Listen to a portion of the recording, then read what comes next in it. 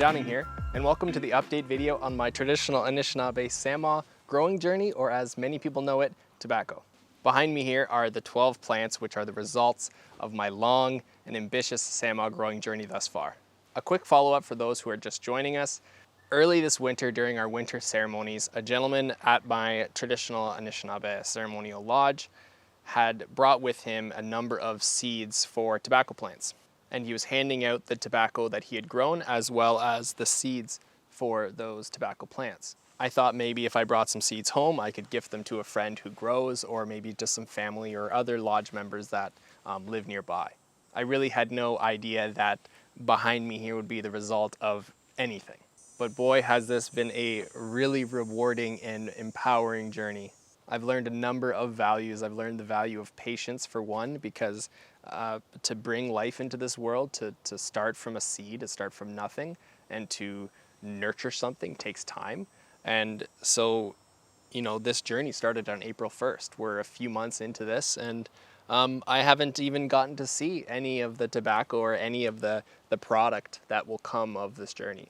It's just been constant growing and constant nurturing. And I want to share just a little bit of what traditional Anishinaabe Semaa means to us as Anishinaabe people. Semaa is one of our 4 sacred medicines as Anishinaabe people, and it's arguably one of our most important medicines because it acts as our messenger, as our connection to spirit. We believe that Semaa acts as the spirit that takes our message, takes our prayer, takes our thoughts, and carries it up to the Creator and carries it up to the spirit realm. And we believe that once the fire ignites that tobacco, or once we burn that tobacco in a pipe, we're then sacrificing the plant, and we're sacrificing that spirit. And the spirit is then doing its work. It's doing what it's been grown to do. And it's taking your message and it's carrying it up to the spirit world.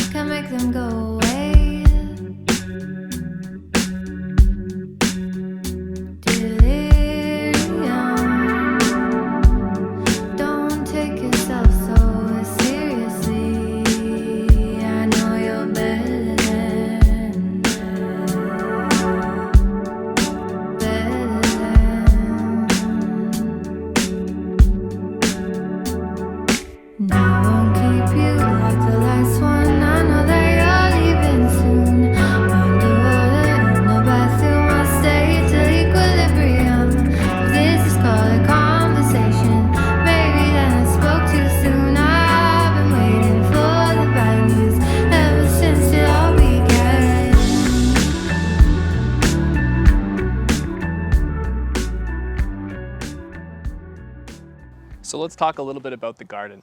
About a month ago, I had created this tobacco garden. And my idea for the garden was I wanted to create what's called a traditional medicine garden. And that's a garden that you create purely to grow medicines or to grow something of value to yourself or your people. And so the idea behind this garden was I wanted to create it like a traditional Anishinaabe lodge, or my Midewin lodge. And what that lodge looks like is there's a great teaching behind what that lodge symbolizes and what it represents. But what I've taken from the lodge and adapted to become a garden is I had positioned it to have an eastern doorway and a western doorway. And we believe as Anishinaabe people, when we come into this world, into this physical realm, we come through what's called the eastern doorway. And so I wanted to create this garden with an eastern and a western doorway so that you can walk through or pass through this garden as if you're kind of walking through kind of the journey of life. And so I wanted to symbolize the journey of growing the tobacco from a seed and nurturing it up to eventually when it's going to pass away and it's going to sacrifice itself for the medicine that we're going to use. And so this garden symbolizes that coming in through the eastern doorway into life and then passing on and traveling through the western doorway.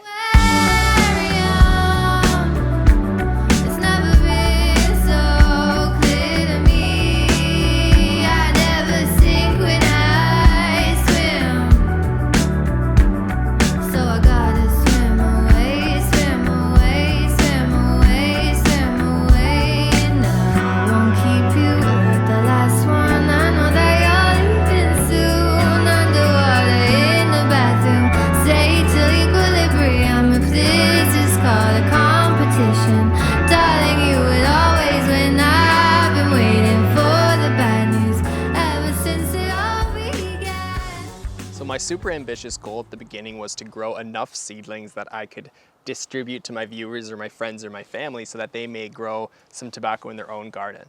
And I didn't quite realize just the effort it took to actually growing seedlings that will survive to adulthood. And so that plan kind of derailed, and I wasn't able to provide seedlings to my viewers or my family like I initially intended to. So my plans then changed, and I mentioned that in a previous video that my goals have changed, my goals have shifted. Behind me, I have 12 massive tobacco plants that are even gonna get bigger than this, and there's no way that I could use all of that Semaa in the coming years. I'm a prayer, I'm a ceremony goer, but there's no way I could use this all for myself. And it's not right to keep it all for yourself. So with that being said, come harvest season in the fall, I want to harvest all of the leaf and all of the seeds. And with that seed and with that leaf, I will then gift those out to the community. Gift bags of seeds and bags of Semaa medicine. So with that being said, this has been the update video for my traditional Anishinaabe Semaa growing journey, or as most people know it, tobacco. The next time you see these plants, we will most likely be in the fall and working towards harvest. So I'll see you there.